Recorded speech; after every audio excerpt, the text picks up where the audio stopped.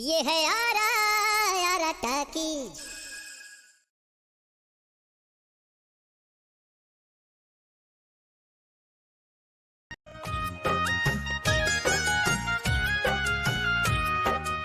हाँ मदन जी। अरे मंजू भौजी प्रणाम। अरे खुश रहे खुश। अरे रोड बड़ी सिंघाड़ा के बड़ाई सुनतनी खाए के ना मिली का जी? काहे ना भौजी, जब कहबू तब कह ना, आजे खिया दी का। ने की और वो पूछ पूछ बाकी देख ले रोड दुकानदारी के कोनो हर्जा ना होके। कह देलू ना भौजी, लागे वाली बात। गांव भर में तो एके हमार भौजाइये बारू। और राउर इच्छा है राउर देवर ना पूरा करी तो हमार दुकान के धिरकारे न बा।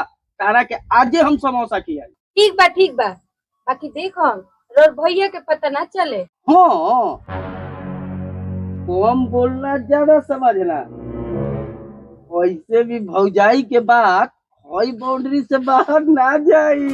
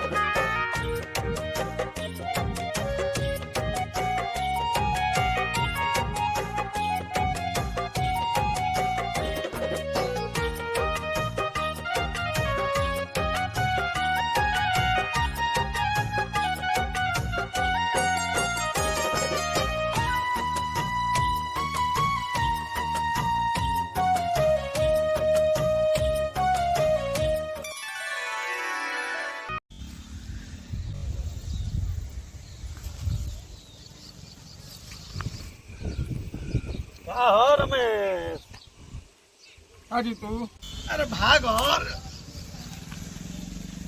हो गला न चल बगीचा में बने रहेगा। हाँ बढ़िया भागल बा। काले नहीं नो कि कैमरामैन में हमारा नाम डालो। अच्छा यही से भागल बा ना। अब हल्का में खा लेला। चलो तरह का समोसा खियाई। तो समोसा तो हमारे बनते बारे मर्दे। एगो हयो बनैनी है, देखो ना, एगो नया बनैनी है। अब एकरे के एडिटिंग करत रहे, इतना मस्त बा। ना ई ना चल पवा। ना चली काय हो में का कमी बा? कमी ये बा कि एमे हमार नाम नहीं है। माने जौना में तार नाम ना रही पूरी ना चली। ना जी ना चली। एक है एगो में नाम डालला तो देखला नु। ये बात तहार एक दिन तारा के मुंबई लेके जाई। हम तो जइबे करम। चलो समोसा खियाइए भी। चलो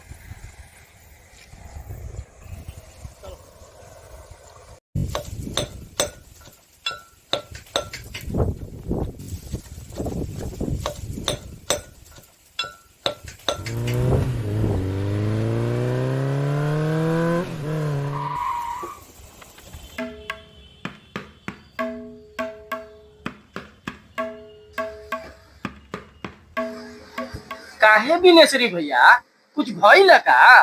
काहे इतना चिंतित बार? बड़का मास्टर भेल बड़ा सर का कह देनी कपारे पर बैठ गेला। ये बड़का मास्टर भइल बा। ये कुंदन कहनी की पिंटुआ के पढ़ा दो, लगले छान पगह तुरा है। कहत रहे कि हम 9th-10th के पढ़ाई ला।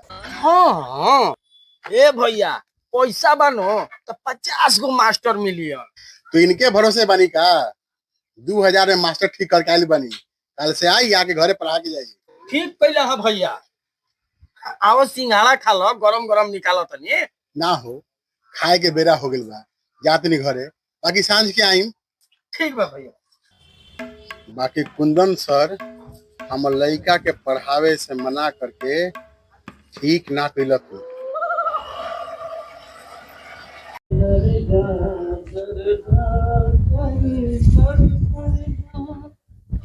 डर डर डर डर केहू जाए के तैयारी बा का हो भोला?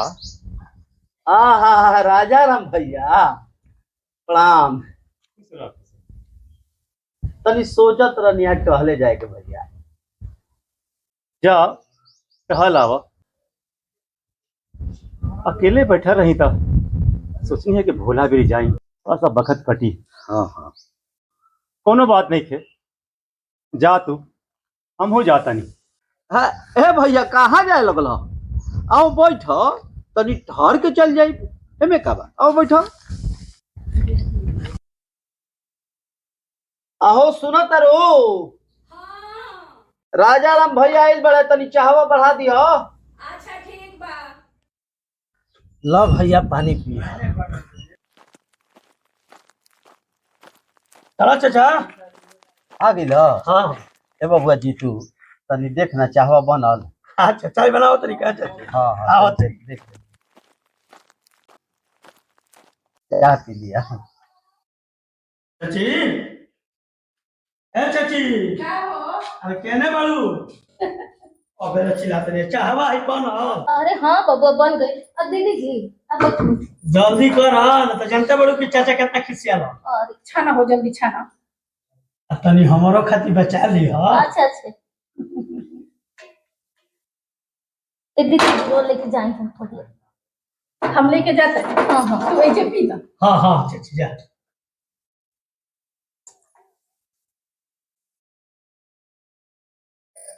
लो बबुआ बबुआ।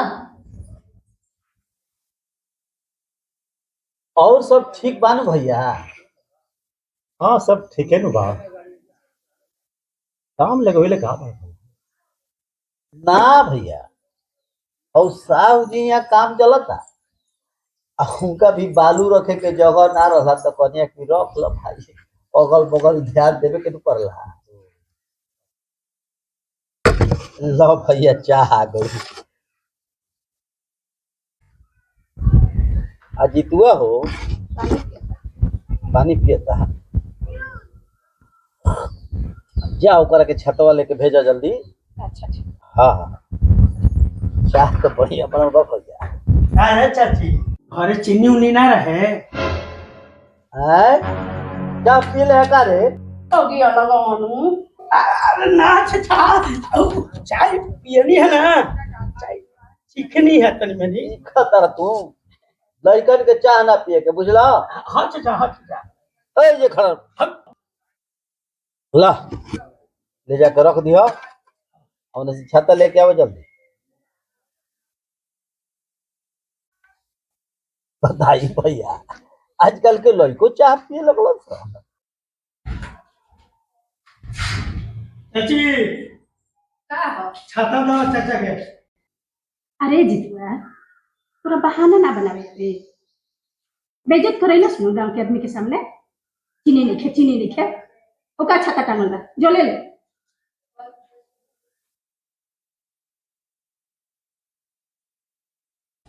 मच्छी फूकान।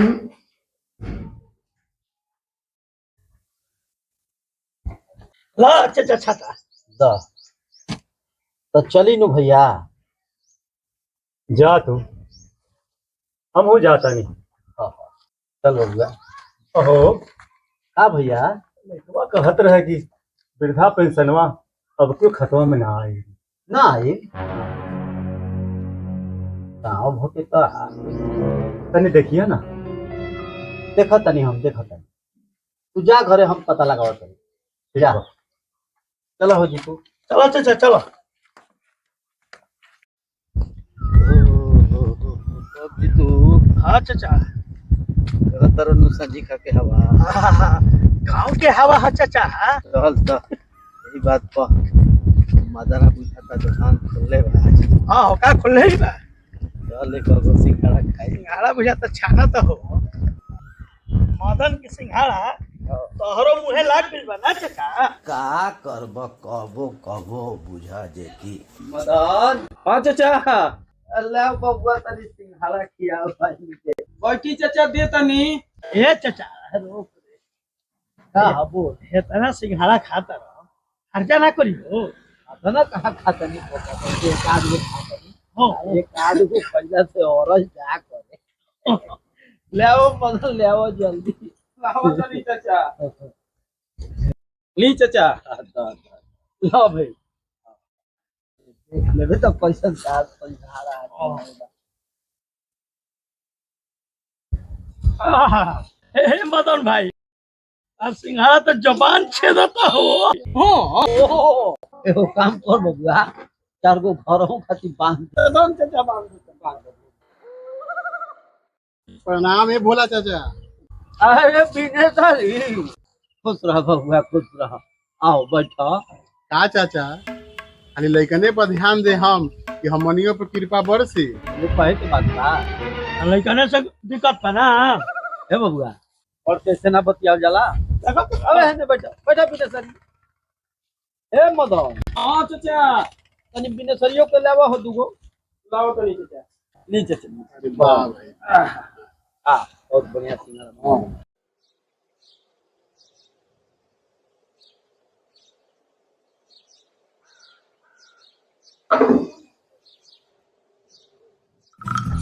ओए होए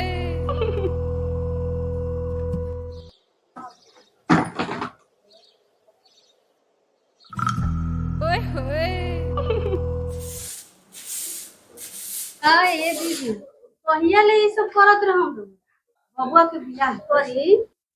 आओ सुनो ना बैठ तू पतो उतार लो नो। हां दीदी चलो बैठ बैठ तनी बाहर लेके हम। हां दीदी तो उतरला में आराम तो बा। सुननी है कि भैया जी लोग गंगा जी नहाए गरनी है। हाँ हो सदिया ना खियाई।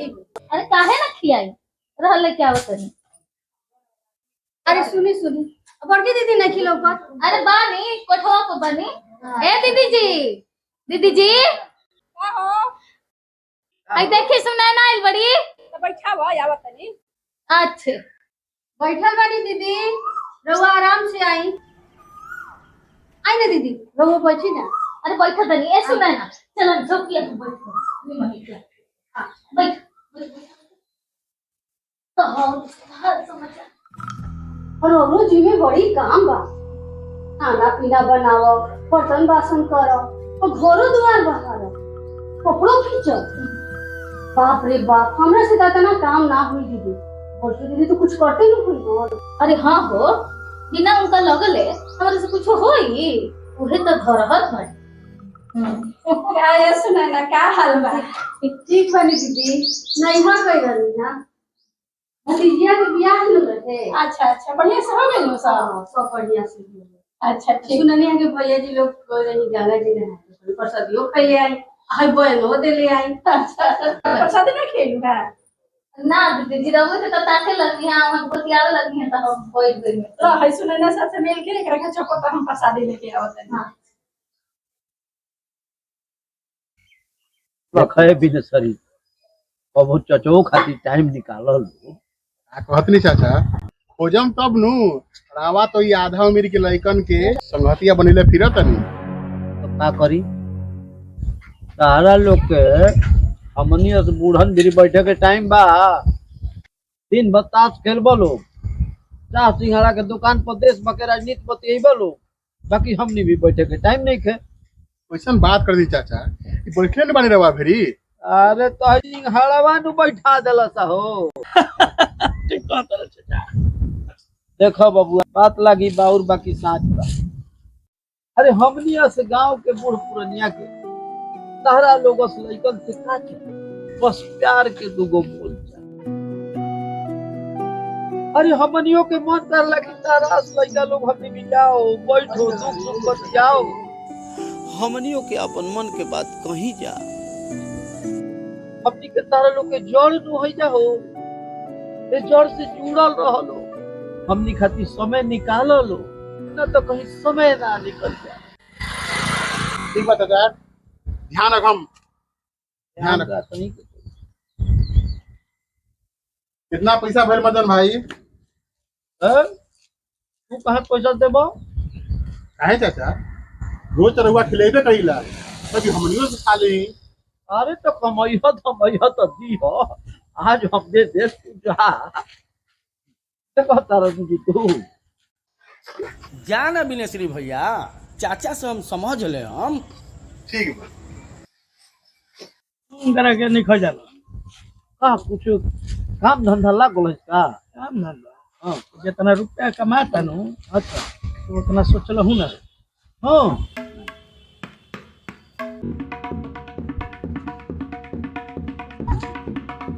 और बबुआ चल पता लगाओ जो पहले आप करत। ए चाचा,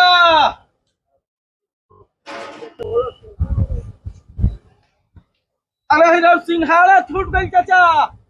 ओहो दीदी कुंदन बाबा कहीं नौकरी उकरी लागल? अरे मन तहरा नैहरे आवे जाए में नौकरियो लग कोचिंग का ट्यूशन क के तैयारी करत रे। कोचिंग? हाय हाय हाय दीदी, रौरा रो सवांग रो लइकल ये से बढ़ के कोई का करी दी? दीदी 15-20 हजार तो मिलेगा थोड़ी कुंदन के। ई सब के हिसाब किताब हम ना करिला, दीदी जी रखेली सब हिसाब किताब। ए दीदी, दीदी हाँ हो क्या हो ए दीदी कोचिंग वाला कतना बबुआ के देवे बनता। ओमे से तोहरो दू तरह चाही तो कहियो चाची, भैया से कह के दिवा दे। और से बात करेला एक कोना को बात नहीं। ला सुनाई ना प्रसादी हो ऐसा नहीं ना आतना कमा लेना कि अपन पढ़ाई लिखाई के खर्चा निकल जाओ। हाँ ठीक बात दीदी। अच्छा बात चलो तानी काहे चलो तानी बैठ खा दे ना 15 के बेरा हो गई दीदी। अभी कभी ये बोल रहा। अच्छा चलो ठीक है लेकिन फिर ठीक बात दीदी। तो नमस्कार दोस्तों, मैं आपका दोस्त रमेश और आज हमारे ब्लॉग में आपसे मिलवाते हैं। ये देखिए मेरे घर आई है सुनैना चाची। जी हाँ दोस्तों, और ये जानना चाहती हैं कि हमारे भैया को कितना मिलता है पेमेंट।